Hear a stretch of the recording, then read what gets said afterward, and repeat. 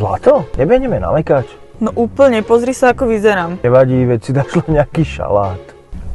Ja som myslela, že som není namalovaná.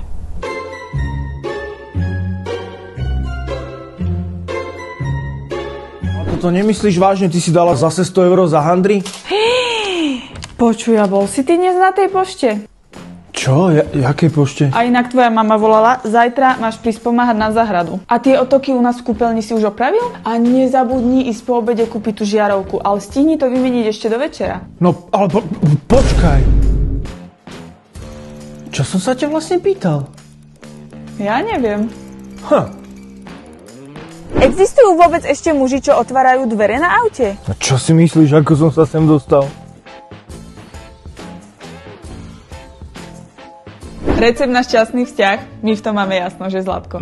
Základom je komunikácia, vzájomná dôvera. Keď moc rozpráva, vypneš zvuk a raz za čas povieš. Že Zlatko. A tam bežia maratón. Dobrý, aj my by sme mali začať.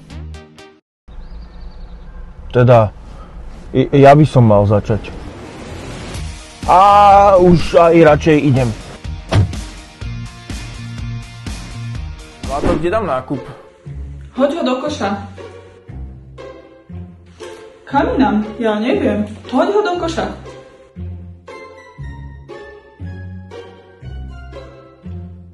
Fú, ja som inak vyflusnutý. A z čoho?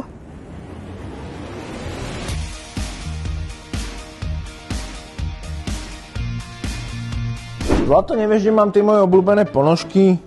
Skús pozrieť do koša na pranie a keď už sa tam budeš hrabať medzi tým špinavým prádlom, tak tie veci prosím ťa roztrieť na farebné, tmavé a biele. Najväčšiu kopu do pračky, no aby si ju mohol niekde povešať, tak si tu musíš najskôr poskladať prádlo, dobre? Aha. Ja ti to tu teda takto nechám a idem si aj ja trošku oddychnúť.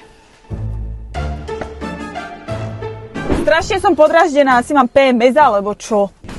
Týmto sme si prešli už veľakrát, kamarát. Povedz jej iba, nie miláčik, ty a podráždená, ty máš predsa vždy pravdu.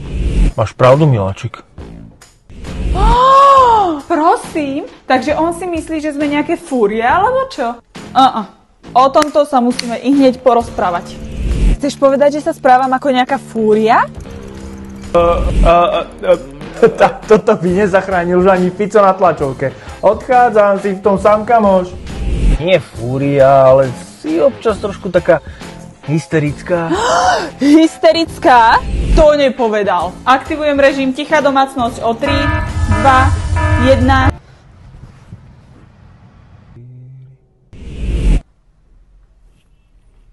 Čo hovorila?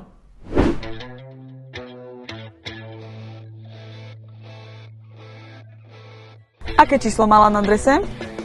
7. Dobrý, ako si to vedel? To video som videl už tak 100-krát.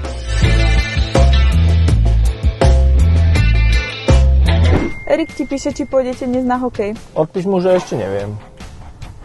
A akého smajlika? Žiadneho, len to pošli. Nebudeš si myslieť, že si na neho naštvaný? Nie, pošli to takto. Aspoň usmiatého, nech vie, že je to pekné, neviem. Nedávaj tak smajlíka, len to pošli. Ani palec hore?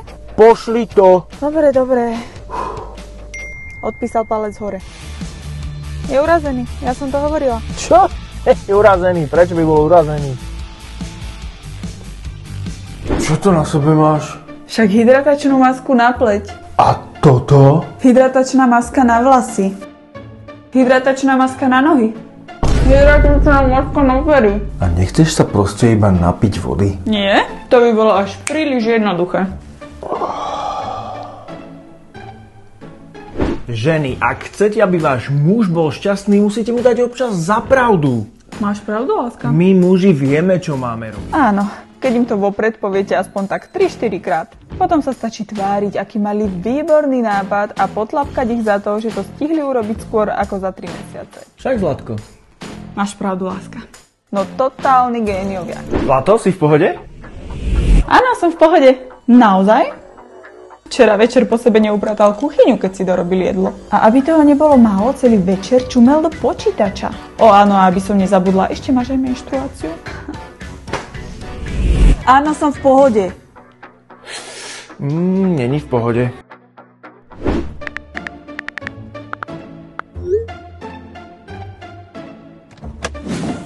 Čo si mi kúpil?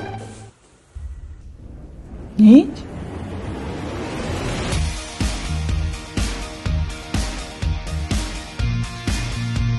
Zlato, mám niečo urobiť? Nie, v pohode.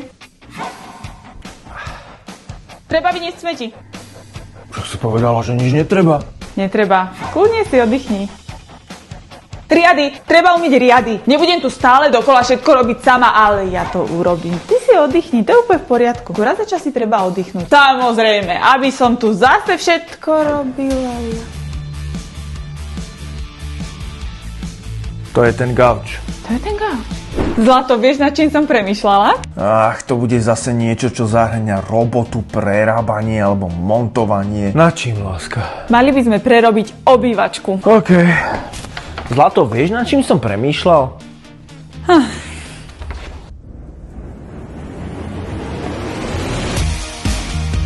Chceš mi meter? Áno, idem.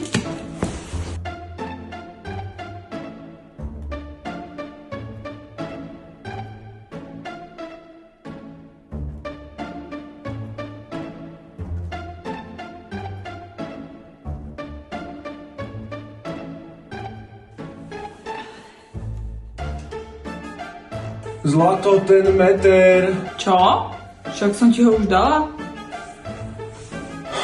No to koľkokrát ti mám hovoriť, aby si nenechával tie trička hodené na zemi.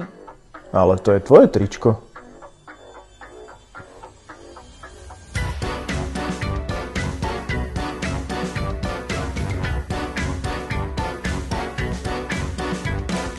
A tie smeti si už vyniesol? Nie. No, tak vidíš. Zlato, ešte predtým, než pôjdeme, určite máš všetko. Mám. Peňaženku, Prázdnu, ale mám. tú hovadinu na pery, ten tvoj kanister s vodou. Mám, poďme už. Na, však nemám kľúče. Vážne? Ale no dobré ránko, dobre, že ideš. Potrebujem, aby si išiel do obchodu. Treba kúpiť... No počkaj, ona stávala 4 hodiny predo mnou. Je úplne v inej časovej dimenzii ako ja. Keď už tam budeš, rovno vyzdvihni balíky z výdajného miesta. Mám tam asi 40 zásielok. Už teraz neviem, čo som mal urobiť ako prvé. A cestou domov natankuj auto. Preber sa, kamarát. To, ako teraz túto situáciu zvládneš, rozhodne, ako sa bude vyvíjať zvyšok celého dňa. No poď, zvládneš to, Ondrej. Ale musíš to stihnúť. Za 15 minút odchádzame k mojej mame, ako sme sa včera dohodli. No ale to si mi včera nehovorila.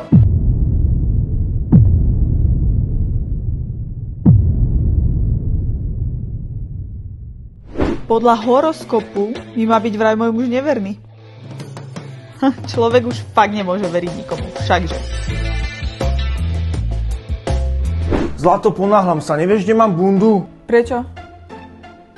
Lebo si ju chcem obliecť. A kam ideš? Zaniesť auto do servisu. Prečo? Čo je s ním? Zlato! Tak prepáč, že sa chcem s tebou trošku porozprávať.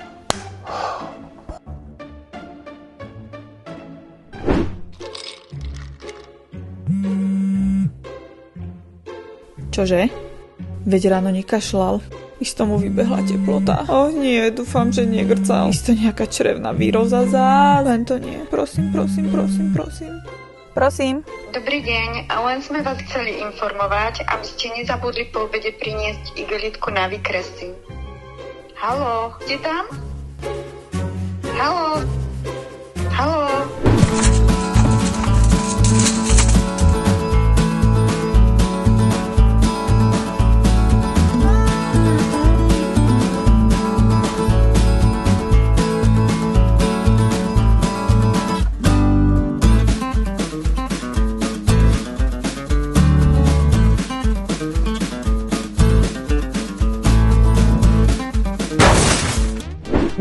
No, strieľaj!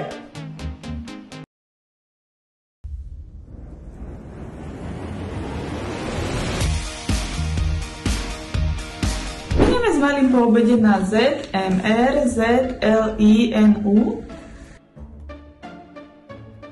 Zmrzlinu! Zmrzlina! Áno, poďme!